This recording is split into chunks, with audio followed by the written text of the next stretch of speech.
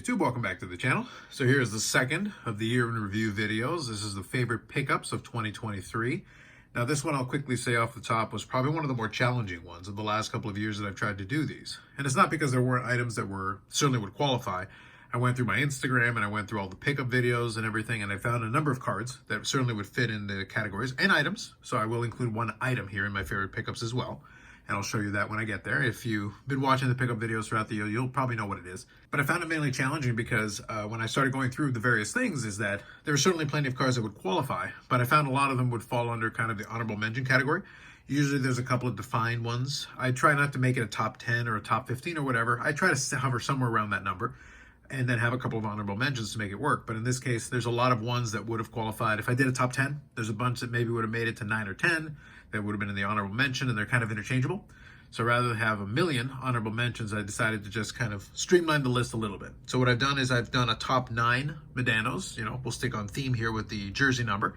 And then it's either 14 or 15 other. So that's kind of how I break up the categories. And just to be clear with everybody, these are my favorite pickups. They're not the most expensive. They're not the rarest. They're just my favorites of the year, kind of in a semi-coherent order. A little bit organized, but not necessarily in the exact order from whatever to number one. I didn't end up doing that. With the Medanos, I tried to do it a little bit, but with the rest of it, I just went with semi-organized into categories. That way it made my life a little bit easier. One other thing that I'll say really quickly before I get into it is that it did surprise me that this year no vintage made it into the top pickups of the year, or favorite pickups I should say.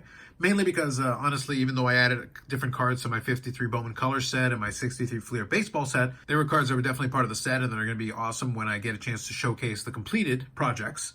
But they weren't the same as last year where I had the 53 Bowman Color and I was able to show the PB Reese and the Stan Musial and the Mickey Mantle. Nothing was quite on that tier that would have made it into it. It's more of an honorable mention kind of thing again. So it fell outside of the criteria to really kind of meet the top area that I wanted to include in this. So I ended up sticking with the categories that got a lot more attention this year. Okay, so with that preamble and everything explained, let's get into this. I'm going to start off with everything that's not Mike Modano, and then we'll finish with the Modano stuff at the end, and then we'll have a couple of cards here to finish us off, and that'll be the year of pickups in 2023. Again, favorite pickups, not rarest, not most expensive, just favorites. So to start off with, first category is going to be wrestling. Obviously, if you watched a lot of the pickup videos, there was a heavy emphasis working on my dentist PC and such. So I am going to include some cards for that. First one is going to be from 2021 AEW Spectrum. So I decided to go with the out of 10 memorabilia autograph version. Like I said, there was a lot of different ones that I could have chosen for this, but I figured that was probably the most appropriate one to represent the Spectrum side of things. The next couple here are actually from the first year of AEW. This is going on a couple of years ago that I started putting together the collection for these, but these ones both came in this year, so that's why they qualify for this one. So they're both from the 2021 Upper Deck AEW product, so the inaugural flagship year, and the first one is the magazine autograph. So this is the Dynamite version, and that is numbered to 5. Had a little bit of fun there with the focus, so I had to fix that, but there is the autograph, numbered to 5. Next up here is the same design, but this is a parallel of the base set, and this was my first one of one. Kind of fit that category, and I did have it send it in for grading.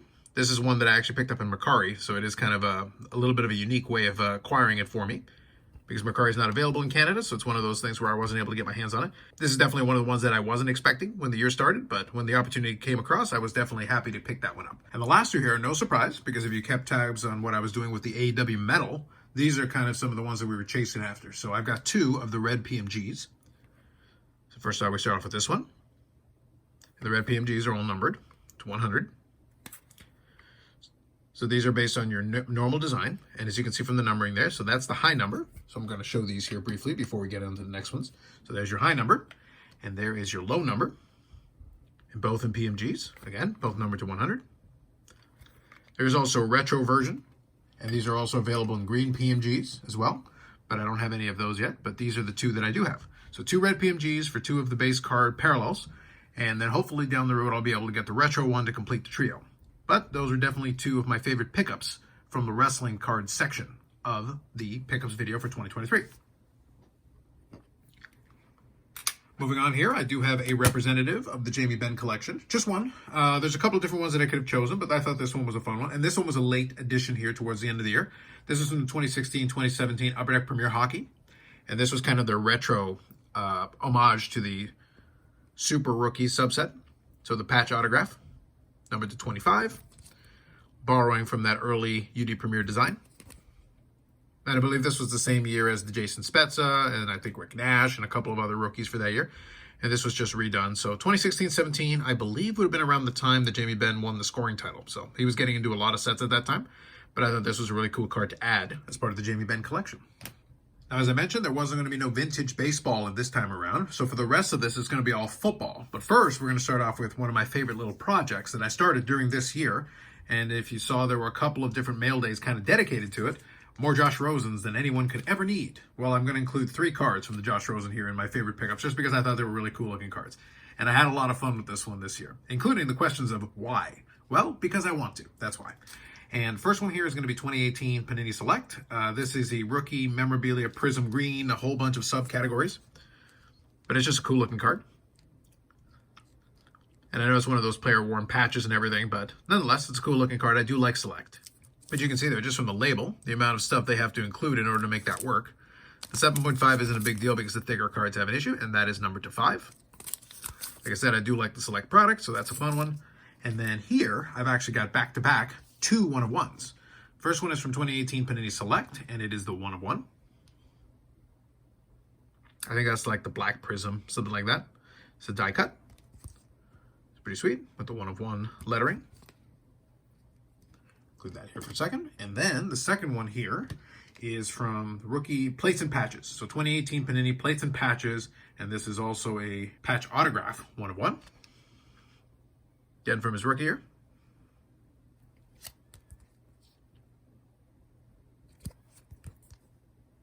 I actually had a third 1-of-1 that I could have included in this, but I decided that was enough. I figured those 3 cards would be enough to satisfy everybody's fix for Josh Rosen, the chosen Rosen. And yes, I am continuing to have some fun with this. I don't think I'm going to go too aggressively to try to find too many more in the new year, although there are a bunch sitting at COMC. And it's the same thing with a lot of these other categories. There will be some cool stuff that I think will be in an early year COMC mail day, and that'll be upcoming later. And there's definitely some stuff at Ship My Cards. January should be a really good month for some pickups, including some potential candidates for the favorite pickups of 2024. So that's a little bit of foreshadowing there on what could potentially be coming down the pipeline. It'll be a lot of fun. We'll definitely enjoy ourselves. So to finish up here with the non-Medano items, we're going to finish up here with the Favres, which of course was one of my favorite collections that I was working on this year. As fun as the DeRozans were, they were a little bit more of a gag and kind of a fun project, but the Favres were a lot more serious as far as me trying to add some pieces to my collection. And in that same vein, when I get those early January mail days, I think that's, well, sometime in January mail days, there's definitely going to be some more that are going to be added to this PC. And I might move a couple of cards here to kind of balance things out. But for now, these ones are all keepers. First one here is 1997 Skybox EX2000, a cut above. So a nice graded copy. Beautiful looking cards. Some classic late 90s. That is a nice clean copy with the die cut and everything, so that looks pretty sweet. So that's a pretty solid one. Let me leave that here for a second. And then we've got the gold Mystery Finest from, I believe, 1997 as well. So those are extremely tough. So that's a cool one. With this Pro Bowl jersey on. Very cool. Next one here is one that I've mentioned in the past. Would have cost a lot more if we went with the licensed version. So this is from 2021 Leaf Ultimate Sports, and it's a triple autograph of Joe Montana, Dan Marino, and Brett Favre. And this is the silver version, I guess, Silver Spectrum. It is numbered 2 of 2. But again, you got 3 Hall of Famers there autograph. Sticker autos notwithstanding, but nonetheless, 3 of them on the same card is fantastic. Great addition there. Next one here is a 2004 Fleer EX Essential Credentials Future. So these are ones where you got to play with the light a little bit. These ones actually look fantastic when you get the right lighting on it, but they are prone to crazy chipping.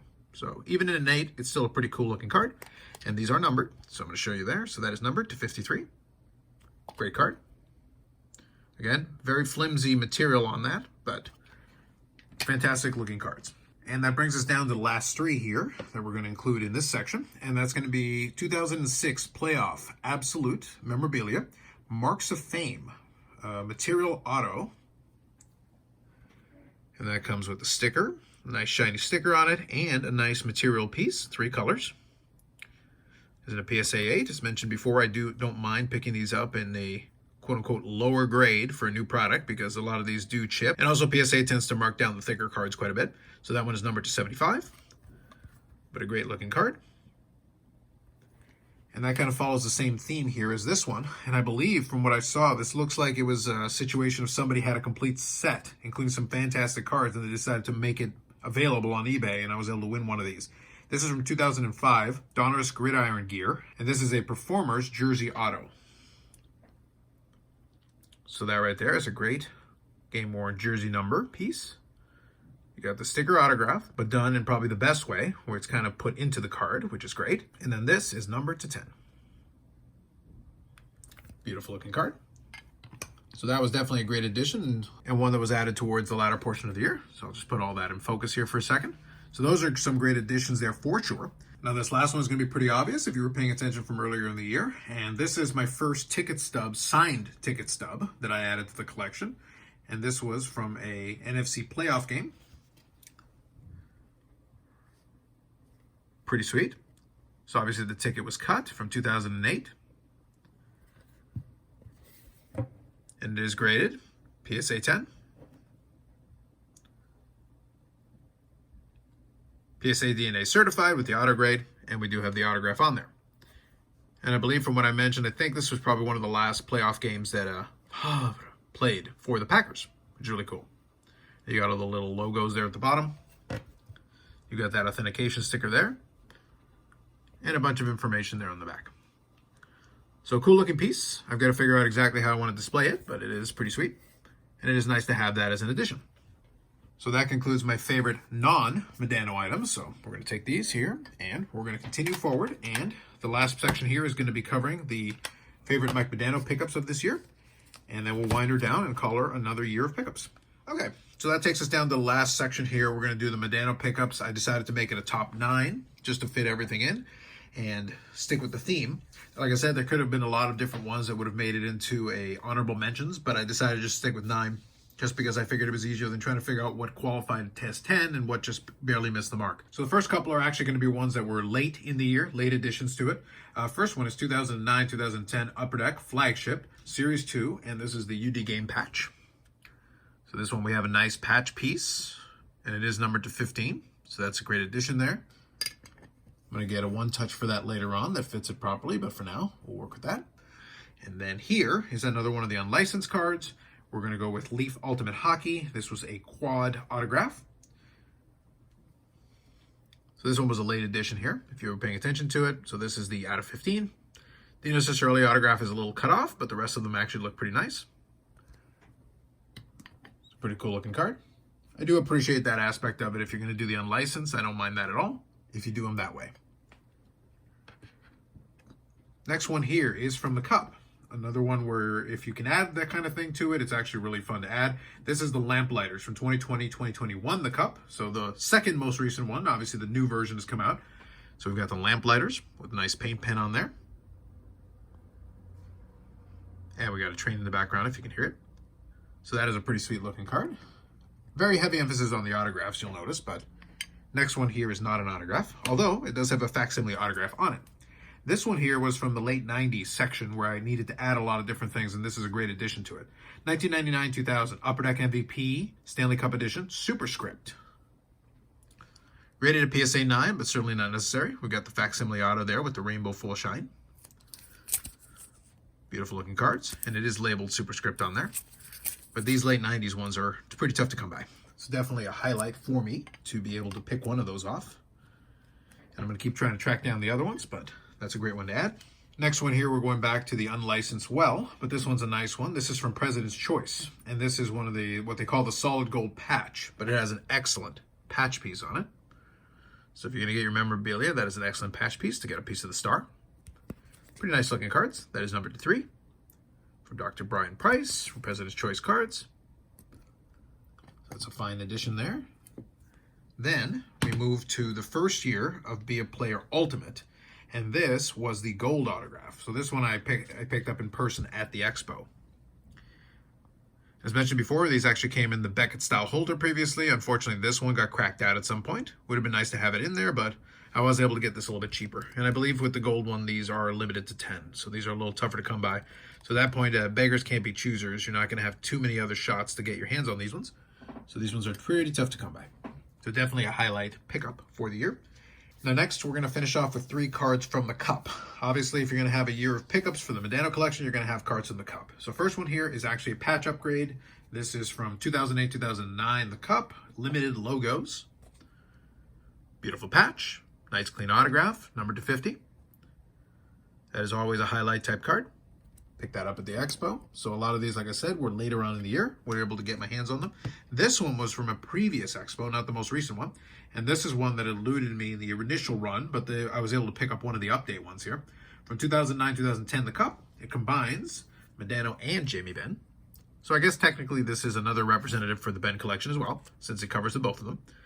And that is a dual signature patches, dual. And we've got 2 on-card autographs, and we've got 2 patch pieces, including another nice piece of the star right there. So that's very cool since it hits both sections of the PC. Very nice. And then the last one is from my favorite subset of the Cup. I try to finish off the last run of these. I think there's 1 or 2 I've got left to pick up, and then I will have the complete run for Medano. But this one was a playing days one, which is always a nice bonus. In 2008-2009, the Cup, this is Emblems of Endorsement. So 100%, these are always going to make it into a top pickups for the Medano side. So numbered to 15, dual patch windows there, and an uncard autograph. So that's always going to make it into a favorite pickups, 100% for sure. So for the Medano section of the PC, those are definitely, like I said, I didn't sort them exactly by favorites in every category, but for the Medano one, it's a little bit easier. These are definitely the highlight pieces for me for this year. Similar to the way that last year we had the country of origins and things like that, there were certain choices that were a lot easier to make. There were a lot of other options that I definitely could have chosen, great patches, autographs, all kinds of things, one-of-ones, but these are the ones that made the most sense and made the cut for this year. So that is my favorite pickups of 2023. As I said before, wasn't the most expensive, wasn't the rarest, but it were my favorites.